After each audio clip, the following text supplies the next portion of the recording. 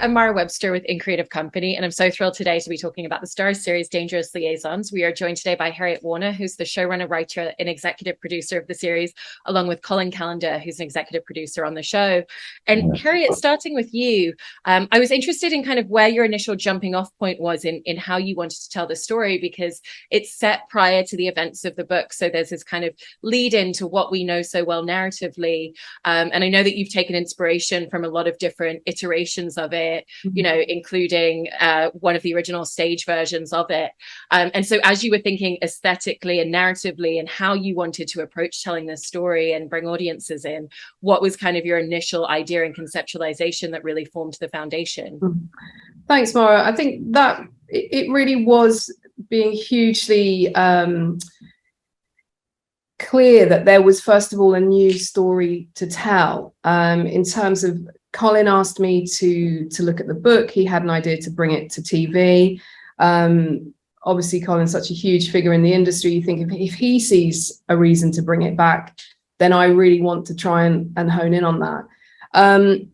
But obviously, amazing adaptations have been done. Christopher Hampton really did the seminal adaptation for stage and screen. So I wanted to find something for myself in it, and I reread the book, I watched the movies again. But going back to the novel, there was one particular letter from the Marquise de Merteuil, letter 81, where my interpretation of that letter, it's a woman talking about how she invented herself, how she created a facade in a way that enabled her to work within this very rigid, fixed society. Society that was hugely unequal in terms of if you don't have money and you don't have social status, you really don't get to go forward in it. And I thought, wow, this is really interesting. It feels like there's a character here who wasn't from this world and has had to find a way to navigate it. And I think that's one of the key themes of the show, is a woman navigating a man's world.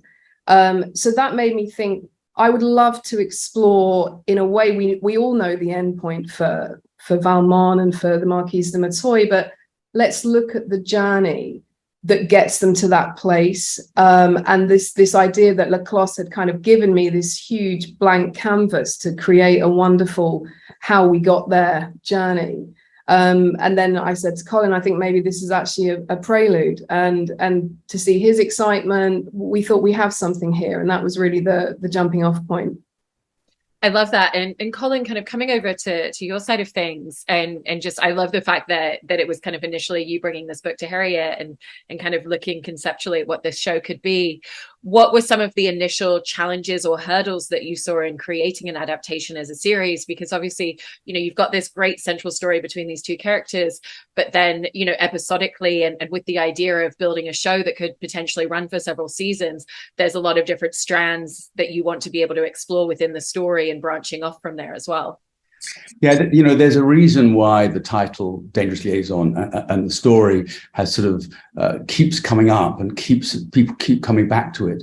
And that's because at the center of it, there are two things. It's a love story, of course, but it is, as Harriet said, the story of a woman navigating a man's world. And that's as contemporary now as it was back in the late 18th century. And so that was the starting point in speaking to Harriet. But what I didn't know at the time was how we were going to do that, how we were actually going to find a narrative structure to tell the story. And it was Harriet's brilliance in discovering this gem within letter 81 that actually suddenly everything came together, and the whole notion of how to tell the story sort of unfolded and became very clear. But it was Harriet's genius at understanding the way to actually formulate that. Amazing.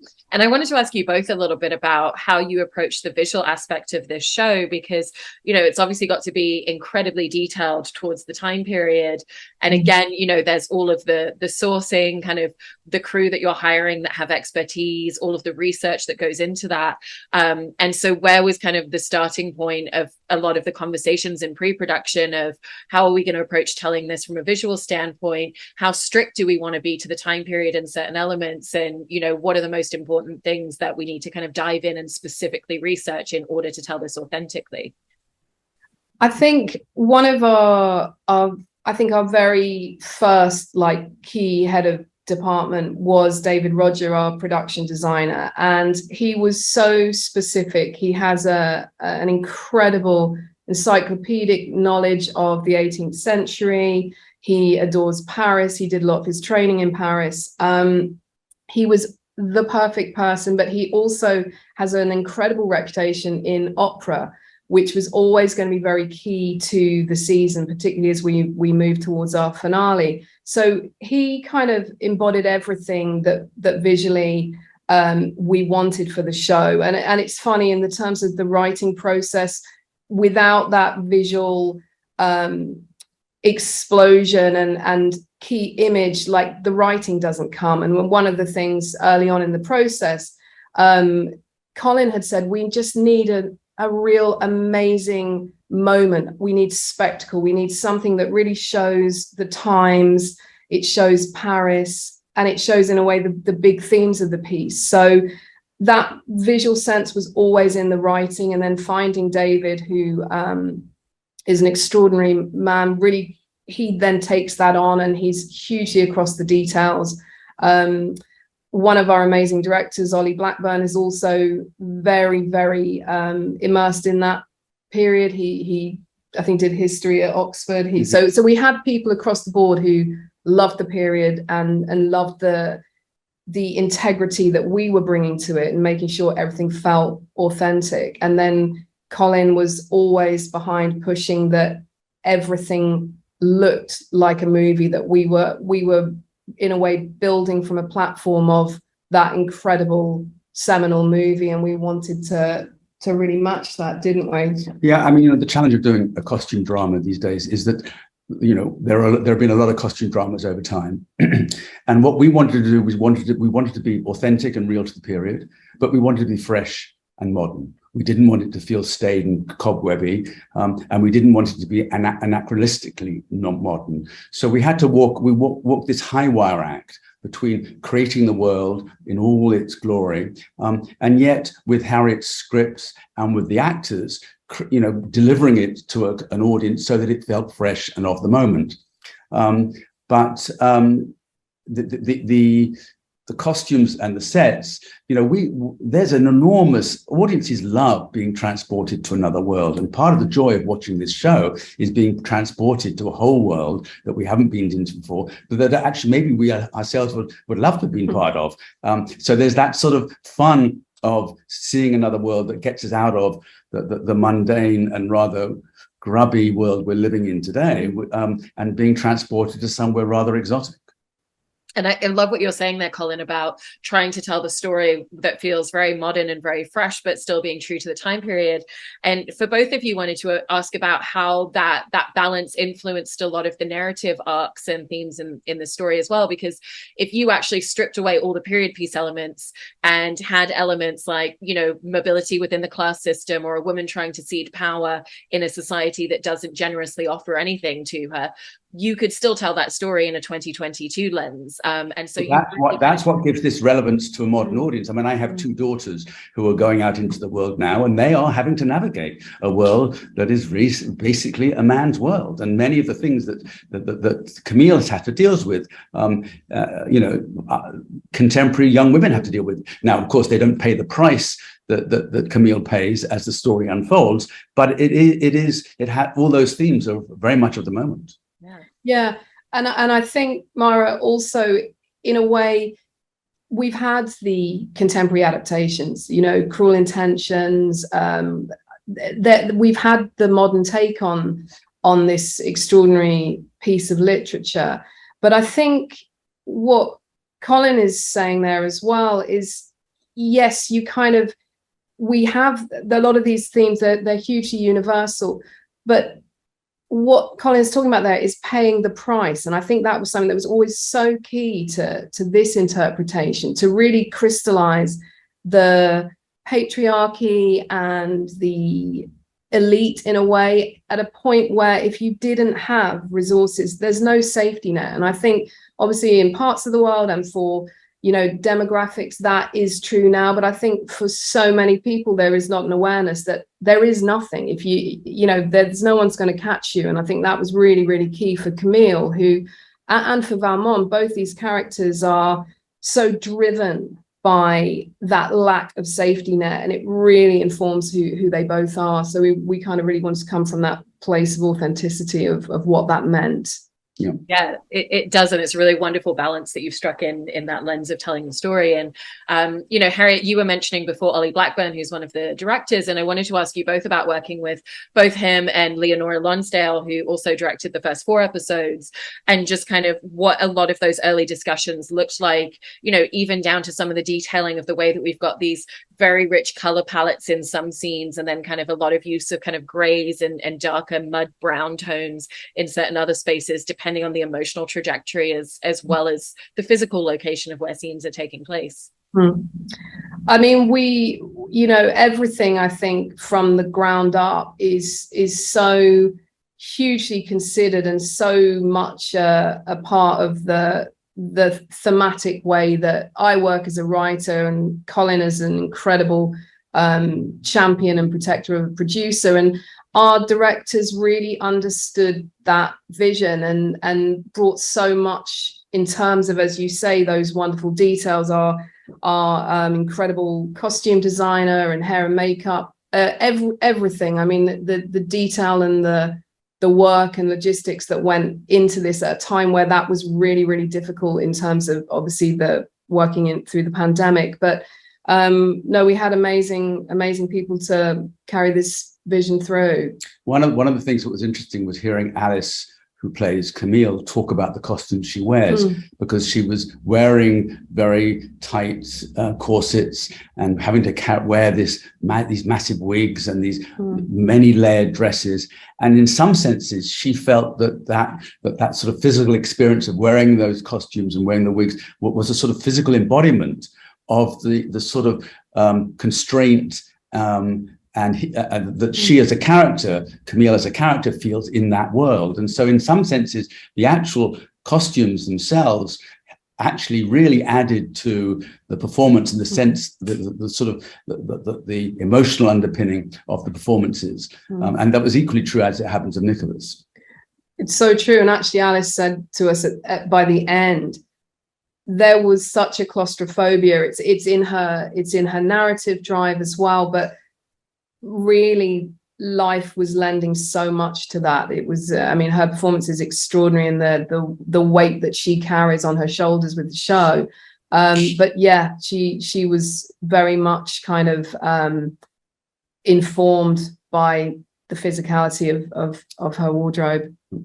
Yeah, I love hearing that. And there's also so many great visual details that really connect Camille and Leslie Manville's character Genevieve, and just within the parallels that start to exist between their characters narratively. And I'm thinking even just about, you know, the way that we see Leslie kind of like very meticulously peeling an orange, and then a couple of episodes later, we're seeing Camille do exactly the same. You got that. Well done. Yeah, it's lovely that those details are picked up on, because it's the education, it's the mentorship, and that was very much in the crafting of it. Yeah, I mean, as you were writing the scripts and working with Leonora and Ollie, how did you kind of work to really find a lot of those elements where you can have all those unspoken moments that give us so many character details in different instances like that?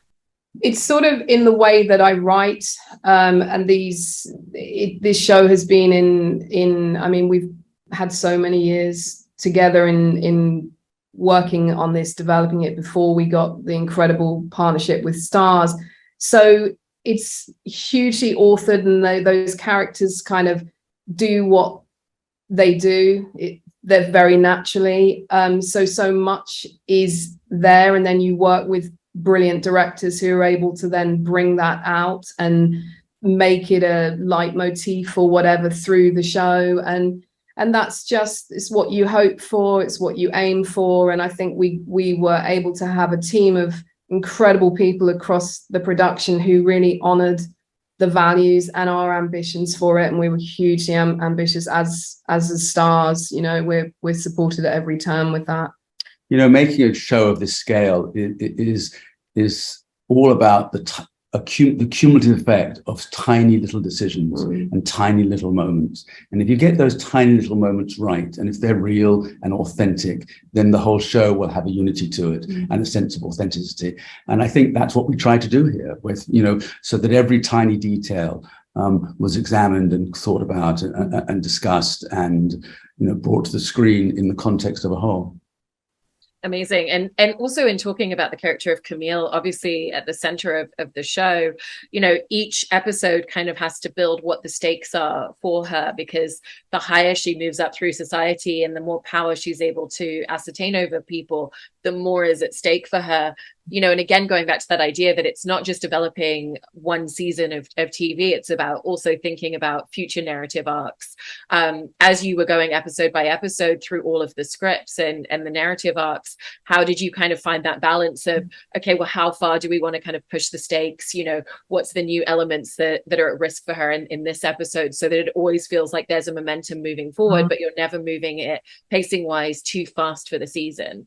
Well, Mara, that is the kind of the rigorous examination and the key to unlock the show. That is literally those questions you're asking, the ones I'm asking myself. I think what I always saw and what was exciting for me and Colin to see kind of was this idea. Season 1, I knew where we would get to at the end.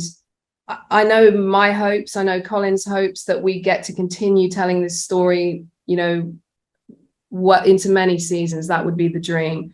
So it's really strange, this extraordinary novel that has had so many interpretations and adaptations felt like suddenly it was presenting something extraordinary, real stratas. To see this woman and man, Valmont's journey is as key as Camille's, to see where they would start in Paris at a point. Like, the one thing I think to go slightly against the novel was to bring it slightly later, to set it around the time that Laclos published it, because then we get the events of the French Revolution, which feels such a relevant, extraordinary moment in history for these characters. I always saw Camille as an agent of change, someone with the power to cause a revolution, whether it's political or personal. That felt very exciting. And immediately a structure started to come that, yes, with, as you say, within every episode, you're very conscious of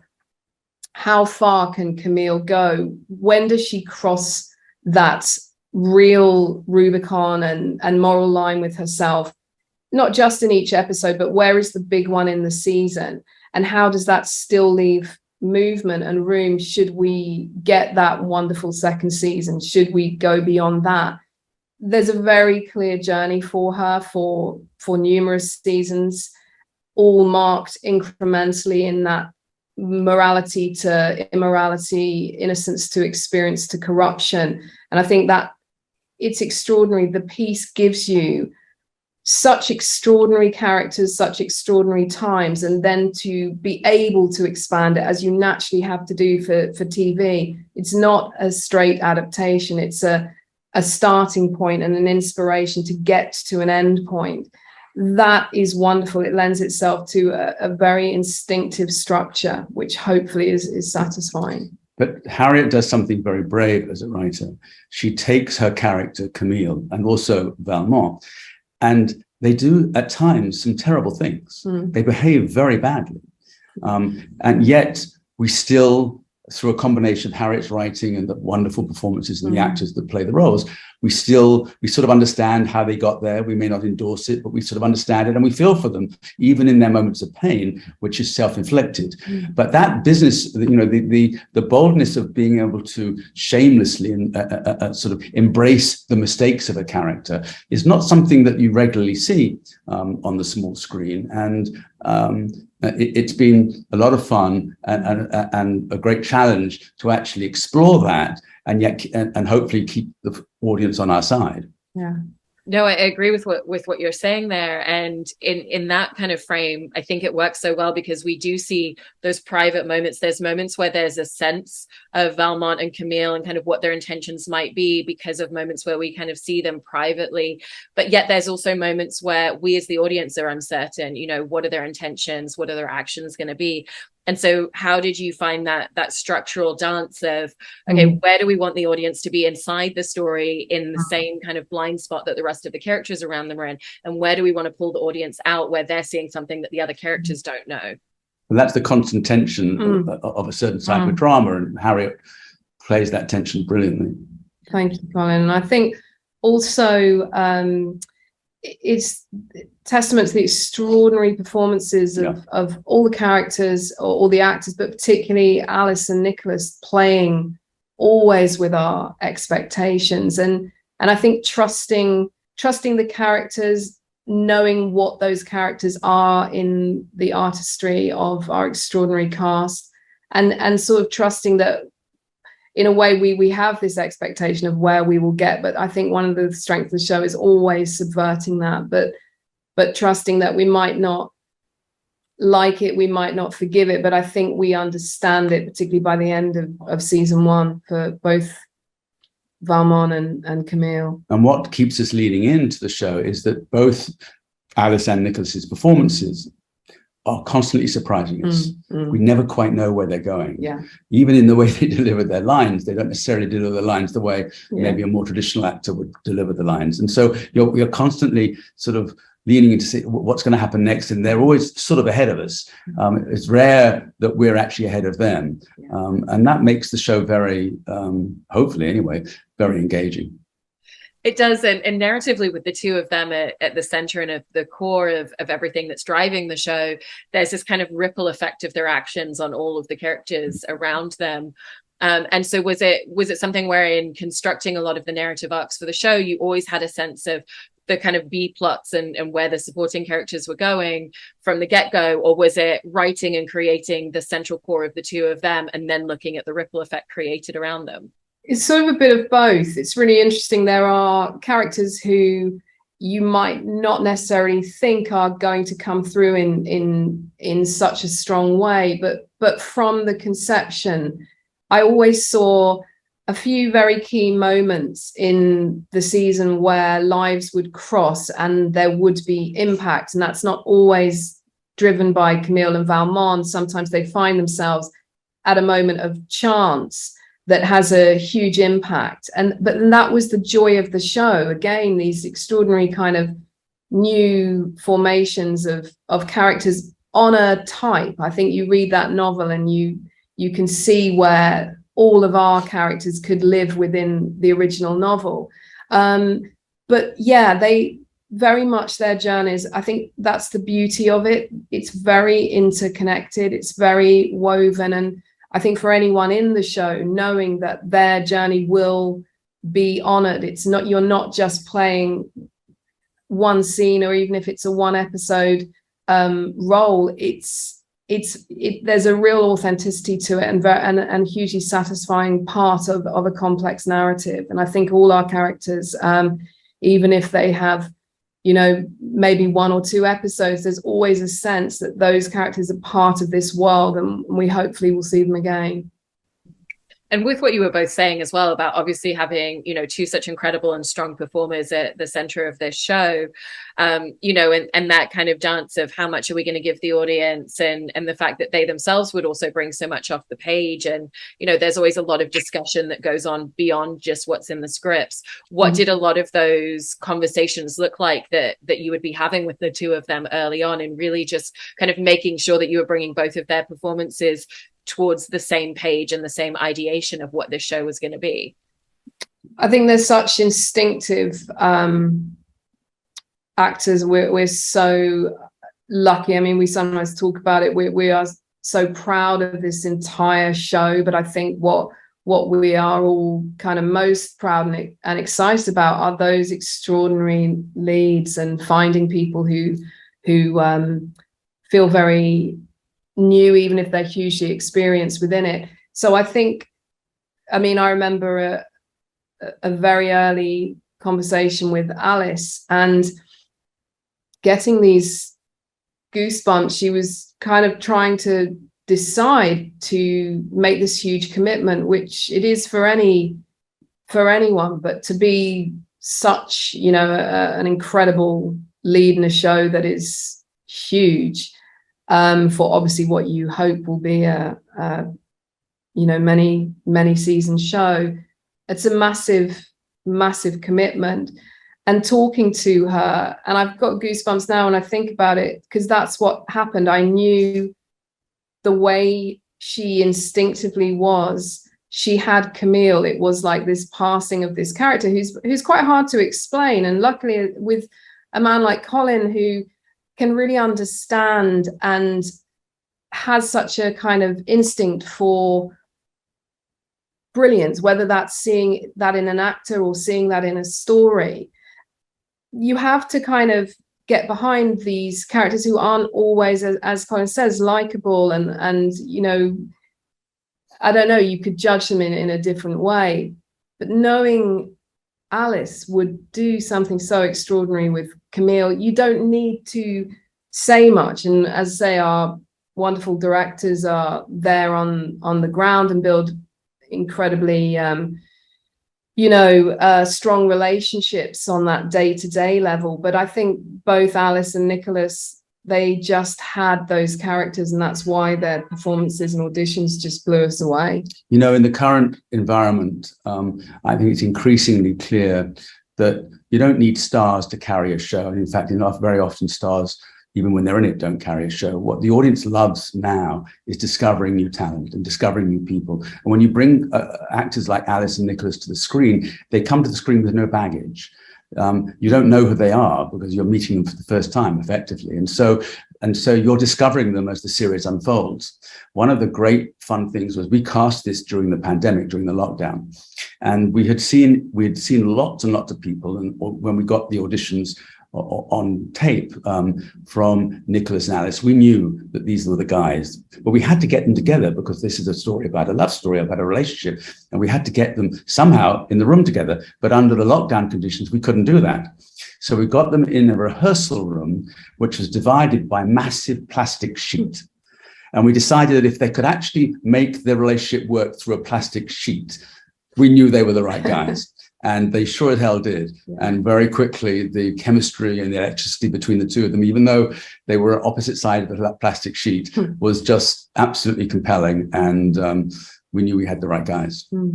That's amazing. I love that detail of a very unique chemistry read. Well, congratulations on the first season. I really hope for both of you and the rest of the team that there are many more seasons of the show in the future. And thank you so much to both of you for talking about it today. Thank you, Mara. Lovely to see you again.